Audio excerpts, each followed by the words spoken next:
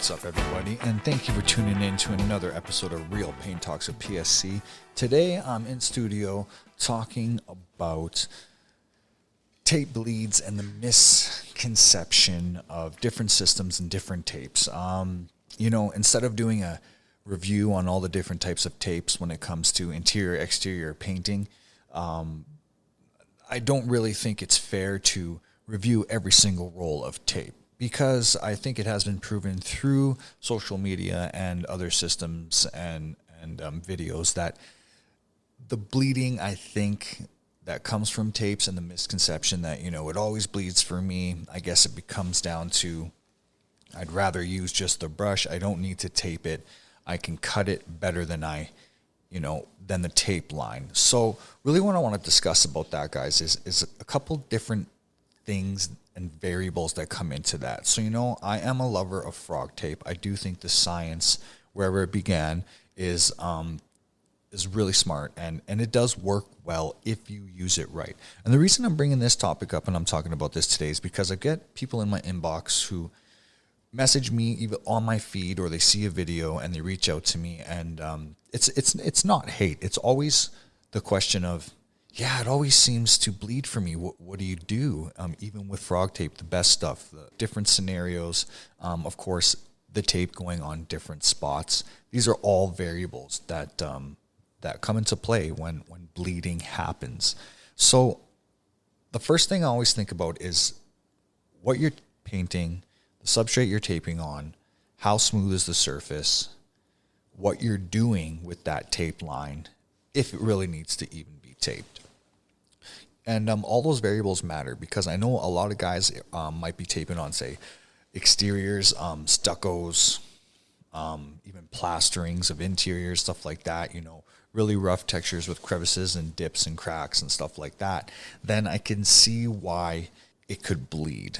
Okay, so that's one aspect and one variable I think is very important. What you're taping. Number two, how you're applying the paint. I do know that there are systems out there, I've seen it, watched it, where guys try and, for a lack of a better word, cheat on the cuts. So for example, if you're taping up to your frame nice and tight and your baseboard, and you're taking your roller and you're rolling right up to those cuts, you're really jamming and mashing a lot of paint into that area.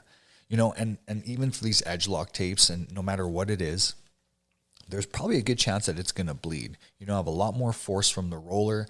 You're not sealing it like you would sort of with a brush. So it's kind of thin, more thin coats works better, right? But it's a different system, right? If guys don't have the time, some guys like to free cut it by hand because taping is time. So then it's becoming, a juggle. While I can do it faster without the tape, maybe you're saving more time in the beginning. In my opinion and view, I think it's kind of, you're saving more time in the long run. Even if you have to remove all the tape, it's clean. You don't have, drips and stuff. The tape also helps protect. So I think it's a benefit to tape it. But back to the system of it. The system of it is, even with these edge lock tape, guys, you have to apply it properly. Biggest thing guys don't understand about masking is how the tape is put down and pushed down. You don't want to take your putty knife and jam it in and score the dap or the caulk underneath, or if it's outside on say smooth surfaces or rough surfaces of the stucco or glass. You don't want to be like scoring the surface, right? You just want to push the tape down properly so it sticks. So whether you're using your fingernail, it really matters that you push it down properly on that edge, that really edge of it, So that's what matters also as well. But then with the edge lock tape, it comes down really to getting a first thin coat on there to seal the tape. Whether it's frog tape, yellow, green, blue. There's other tapes out there, like 3M has a purple edge lock tape. It all comes down to that first coat that you put on. That first coat is really going to seal the tape and give it its lock. And once that's happened, then you're good to kind of get your roller a little closer. In my opinion, I never jam my roller into any corner, whether it's against a frame where it's taped or inside corners of a wall.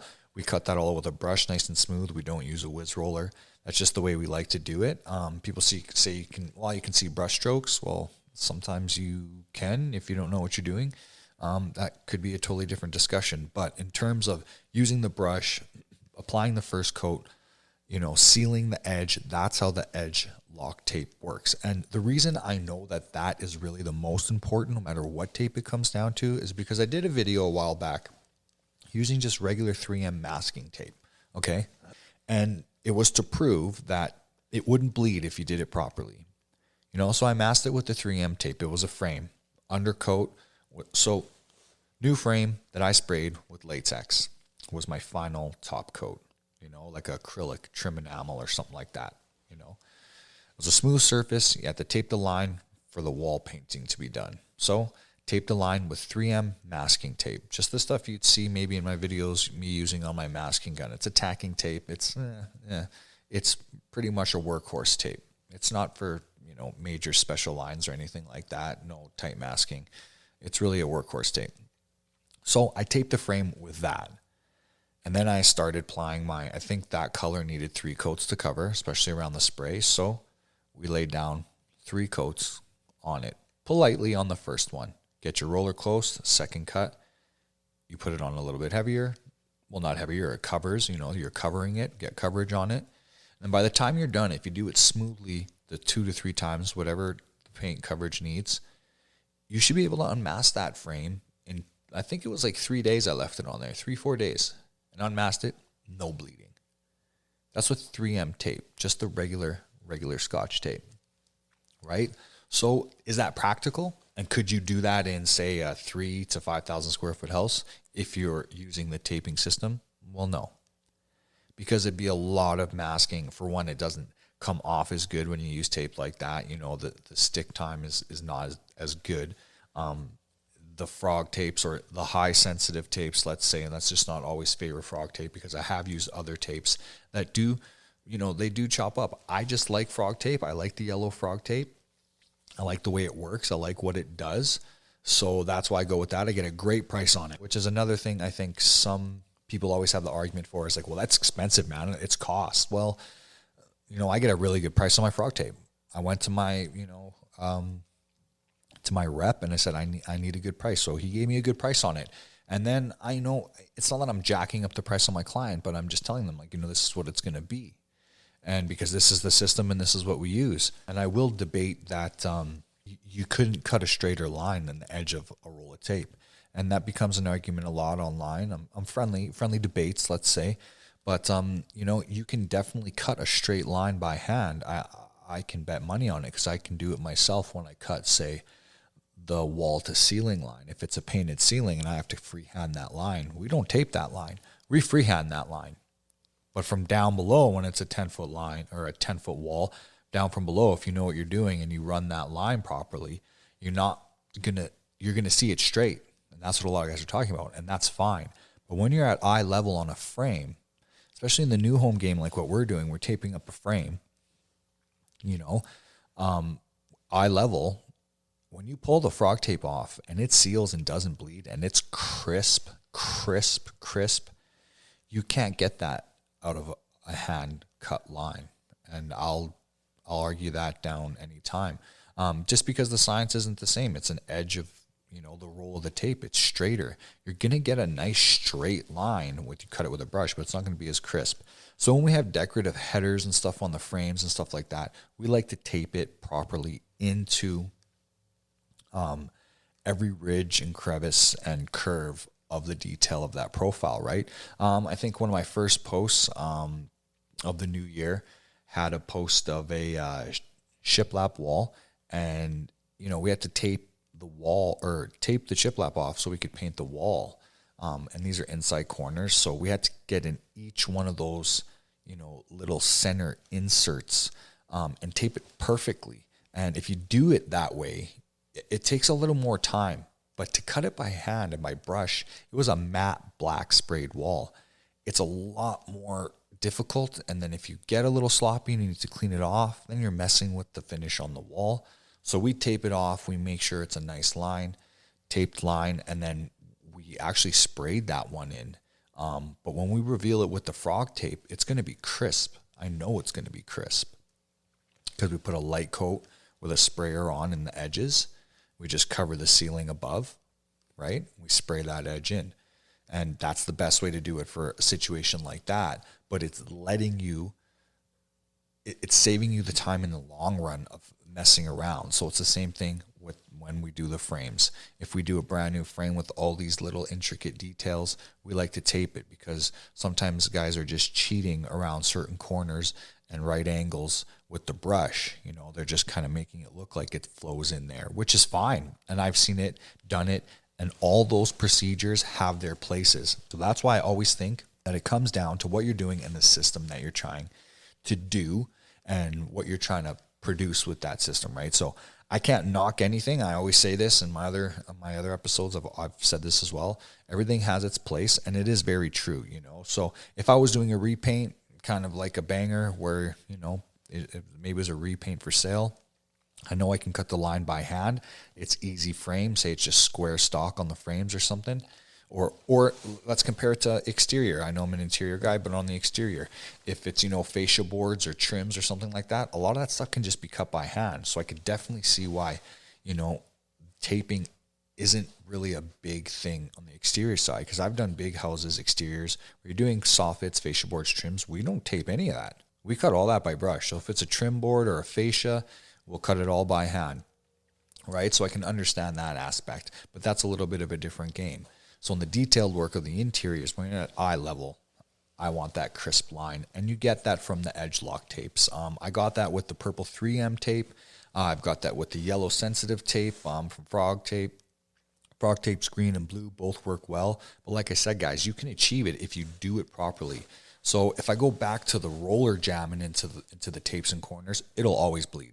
I don't care what kind of tape you got on there. Unless you go and pre-wet that tape, which is another trick guys will do. They'll pre-wet the surface of that tape, and then that will lock.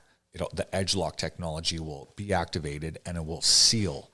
And then when you paint it, more than likely, you're going to get less bleeding. But you still, on your first coat, you know, it doesn't have to be light where it's showing through that you have poor coverage, but light enough that you're sealing it. You're just not gunking it with paint, being like, yeah, this is going to seal, so I'm just going to get away with covering it as much as I can right away. No. First coat's got to be light, seals the tape, and then away you go. So if I'm going to go and discuss that in terms of why guys are trying to jam their rollers into the corners, is because they're trying to save on cutting. And I totally get that. So that place definitely has a system. In the production homes, you know, where it's, you know, you're painting 1, 2, 3, 4 homes a week where you're in and out. A lot of these guys are cutting by hand. They're really just cutting maybe to the stipple ceiling, and then the rest of the stuff they're getting a tight roll on. Depends on the system, depends how it all starts, right? So for minimal bleeding, it really just comes down to the systems you want to put into play when you get into a certain house and how you need to make money off of it, right? So with that said, really, you can use any tape, I guess is what I'm trying to say. You can really use any tape if you use it properly. But if you're trying to be efficient, it all comes down to value. Do you see value in spending, you know, $5 to $8 on a roll of frog tape, or, you know, cut it by hand, which a lot of guys do very well and they get paid for it, by all means. But I'm just addressing the bleeding, why guys get some bleeding. And I do think it comes down to the certain systems that they're doing, even when they're using the edge lock tape. Like I said, you can't jam it into the corners with your rollers. You don't want to try and cheat like that. You don't want to mash it full of paint, seal it first, stuff like that. Now, a lot of people, there's been a lot of, you know, minds blown with the clear silicone or caulking, whatever it is. I don't know exactly what the caulking is that is used, because I've never seen a use for it ever, until the more I watched it and the years gone by on Instagram, and the more I've been paying attention to it and really studying it. I do think there is a certain place for that. And I do think that's because a lot of places, and a lot of places I see around the world, have a plaster coat inside their walls. I don't care what kind of tape you have. You can put your laser line there, you can tape a line across the wall, but if you got to do 2 colors on a wall and you have a plaster wall, it's going to be very hard for you to get a crisp, straight line all across that wall. But if you tape the line and do the clear silicone thing that I've seen some people do, you would achieve greater results with that method on plaster, say on stucco, say on any uneven, non-smooth surface. So that's why over time I couldn't completely knock it. I mean, I think it's outrageous to do it in any other setting because I just don't think there's any need for it. As I said, the edge tape technology, the science and the idea in that clear siliconing is in the tapes now. They took that idea, they used the science, they put it into the tapes, right?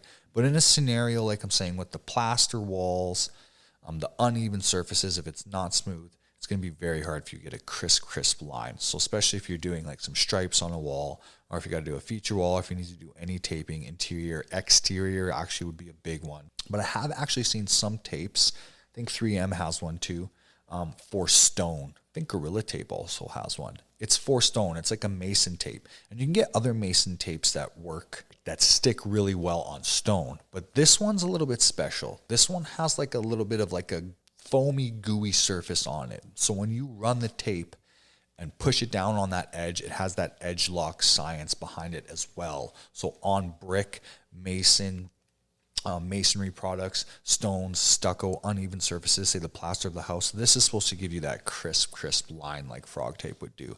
I'm not sure if frog tape has something like that, but you know, I couldn't completely tell you what it is, folks, but I have seen it. And look it up online, and I'm sure you can find the name and the maker. But it was pretty cool. I did see it, but I can see why this clear silicone would work for that.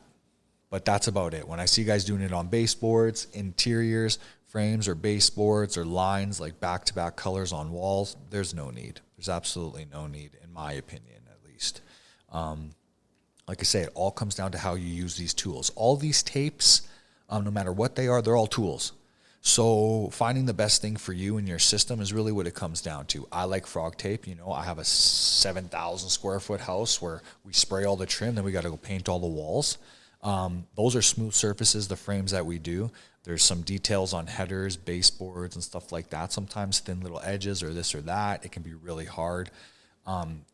But the frog tapes and the edge lock technology tapes, they really help us because, you know, if you get really good at taping, just like you can get really good at cutting, and you know how to do it properly, that first cut you put on seals it. After that, man, it's beautiful. And then the way the tape comes off too, it doesn't stick, you know, no glue is left behind. It's a really great product. Like I said, the purple 3M tape's pretty good. I know in Asia and down under, they have the Wakashi tapes. You know, it's the rice paper. It's kind of where it sort of originated from. You know, the 3M purple stuff, you can tell when you feel it. It's like the yellow frog tape. And then the blue and green frog tape are kind of a little bit thicker. So those are probably just more workhorse type tapes, and I think. But I use the green frog tape for all my trim in my houses when I go to paint walls on top of our trim. Because that's how we do it. We'll do all the trim, base, case, built-ins, railings, all the major stuff, and then we'll tape that stuff and do our walls and ceilings, and then feature walls and stuff in high sensitive areas, sensitive trims and trim works and stuff like that. We'll use the yellow frog tape because that's pretty good. Like I said, use the purple 3M stuff, worked pretty good too. I couldn't complain. That when it comes to choosing both of them, like out of the two of them, it comes down to pricing. My guys at Sherwin-Williams have helped me out pretty good on the frog tape, so I got a good deal on that. So like I said, guys, a little recap on that is it really does come down to, you know, the systems that you're using to try and really capitalize on not having bleeding in your tapes if you're still having it. It really comes down to those systems that you're implementing. Like I said, thin, light coats. If you're using the edge lock tape, the first coat's most important. Don't jam your rollers into it, and I think that's what a lot of guys are probably doing. And that's my hunch because I've seen different systems, and really some guys it comes down to whatever's faster. So which is another thing that I think a lot of people think, well, it's faster for me to just cut it all by hand, and it possibly could be, you know, and it might be. I can't go against that. I do new home residentials. So in higher end homes, those lines need to be crisp and not just straight with a brush, crisp. So that's why I like to use the frog tapes. I can cut just as well as I can spray, and I'll definitely post some videos to show kind of how we do it. But when it comes down to certain lines and certain things, I definitely think the taping is a lot better. But like I said, if you do it properly. So if you're still getting bleeding with the frog tapes and stuff like that, switch up your system a little bit. Don't jam your roller into the edge of the tape and stuff like that. You know, some guys like to turn their roller sideways, roll all along the baseboard to get that coverage. That works for coverage and stuff, but you know, sometimes the tape isn't that good to hold that much paint back. Because another thing, like I was saying, it's all how you apply it. If you don't dust that baseboard off or that frame off properly, and there's a little bit of something on there, especially with the yellow or purple tape, the high sensitive stuff, it doesn't stick that well. So it'll come off if you're not careful. If you don't get it locked in with that first light coat, it'll come off. So I think that's why a lot of guys might still be getting bleeding. You can't be jamming it in there. You can't be putting major heavy coat on the first one, even with a brush. If you're spraying against it, which I do sometimes when I spray, say if I want to spray a ceiling or edges around ceilings and stuff, the tight masking with the frog tape works really well. Just don't overdo it. It's like anything. Don't overdo it. Don't over apply it. It never looks good when you over apply it unless you're trying to cheat, at least in our game. So it definitely comes down to the system.